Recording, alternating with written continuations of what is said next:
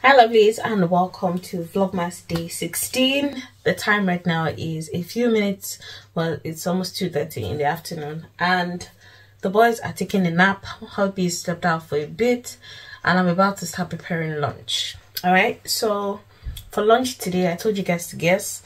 Now, I don't know if anyone has guessed up until now, but remember our bobo and pala from yesterday?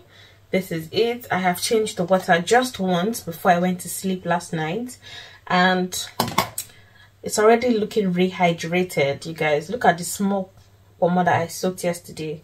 It has doubled in size. I think it is still going, but I need to cook and it has to be ready by now. So this is the panla.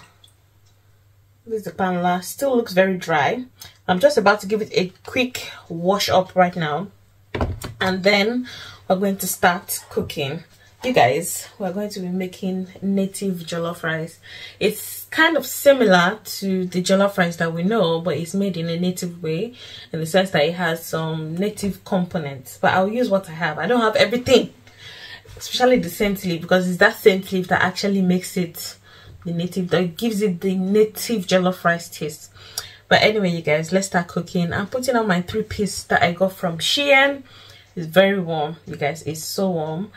But anyway, I've said too much. Like, share, subscribe, do all that good stuff, and let's start cooking. Welcome, welcome, welcome to Vlogmas day 16.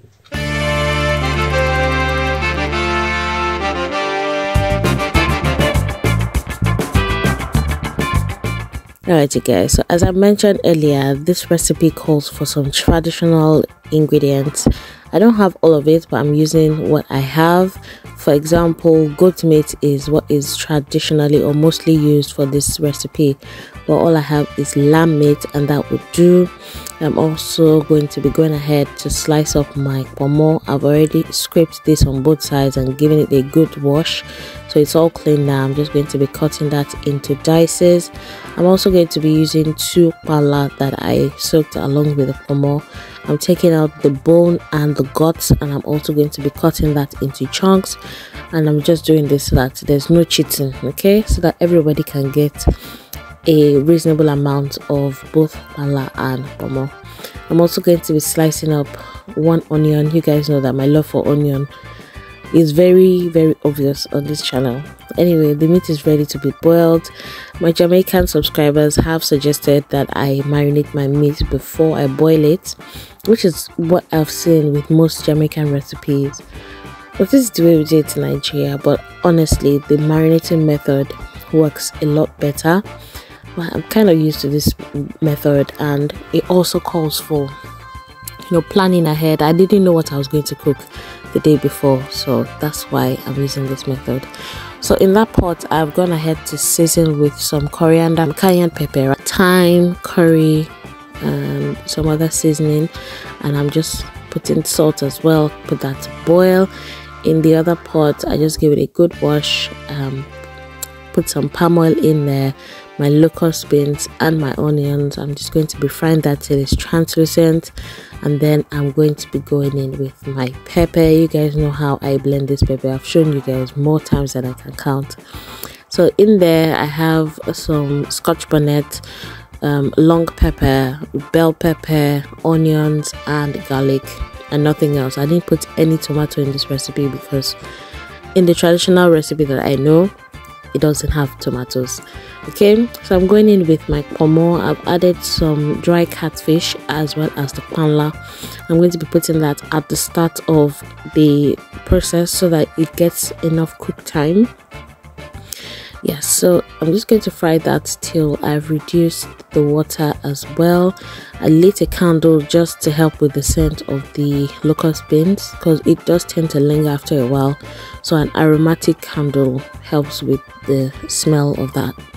Okay, so I've checked on my meat. It still has a long way to go.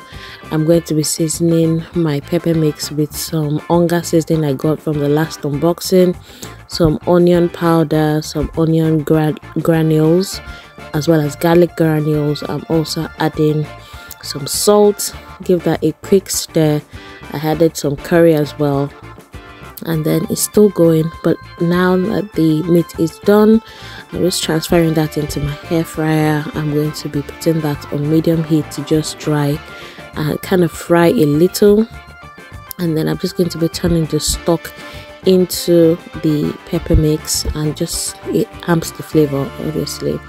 So give that a quick stir and just watch it reduce further, just creating a flavor profile for the rice. I'm using easy cook rice for this recipe. I'm not using basmati. I'm adding a little water. Give that a quick stir so that there is no meat or more or fish doing any conference call or community meeting in any corner of my pot. This also helps everything cook evenly. I'm adding or putting a layer of baking sheet on top of the pot just to help with steaming. I'm currently cooking now, and this message just came in. Fame Rose has said that I will be cooking ogbono or a foriro, and you are very close. You are the only one who has come very close, but it is native jollof rice. Thank you so much for that very close guess. Yes, native jollof rice. And yes, we go again. As a matter of fact, someone told me last year that Iceland also had their own sales. So if you guys are close to any store, it is happening in any store, because the stores are going to close on Christmas Day and on Boxing Day. So those 2 days you want to get as much as possible. So I'll tell you the date. The date, go. Most people do it on the 24th. So keep monitoring the price. Don't buy before the 24th. There's a process to it. Don't rush and buy now. I'll tell you when to buy. Okay, hopefully we might have it live. I'm not sure, but I'll let you know when. I'll also use my community posts, so you also get instant messages as I'm seeing the price reductions. Okay, all right you guys, so at this time my meat is done in the air fryer, and this is what it looks like. I'm just going to be putting that straight into the rice just to add another flavor profile to it. I'm going to be giving that a quick toss. You can see that nothing is sticking to the bottom of the pan, and that's because the rice is steaming as opposed to just cooking on high heat. I also forgot to mention that I turned down the heat when I put the cover on the pot. The rice also needed some more seasoning, so I added that as well as some crayfish. You cannot skip the crayfish because it had its own flavor to this rice, and not other ingredients can do that work. Okay, so crayfish is a must for this recipe. All right, give that a quick stir, add a little more water and cover it to just finish cooking, and then we can add the final component. So now that the rice is done cooking, I'm just going to be giving that a quick toss, and then we're going to add our final ingredients. We're adding 2 vegetables to this, the first of which is something my mom sent to me when I was leaving Nigeria, and that is bitter leaf, dried bitter leaf. I'm just adding about half a tablespoon of that into that. You can't put too much or else it's going to be bitter. I'm also going to be adding some baby spinach to the rice, and that is the final ingredient that this rice needs. At this point you just need to take your rice off the pot or off the fire at this point, because it is done cooking.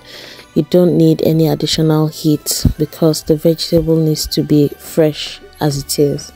Okay, so once that is done, we're just going to be taking that off the pot and cover it to steam, and that is all. Thank you guys so much for watching Vlogmas Day 16. I really appreciate everyone who has stuck with me. Watching one video per day from one YouTuber is really is a commitment, and I really truly appreciate you guys for that. Thank you so much to everyone who has watched this video up until this point. I will see you guys in Vlogmas Day 17. Remember to like, share, subscribe, share this recipe with your family and friends, and I will see you guys in Vlogmas Day 18.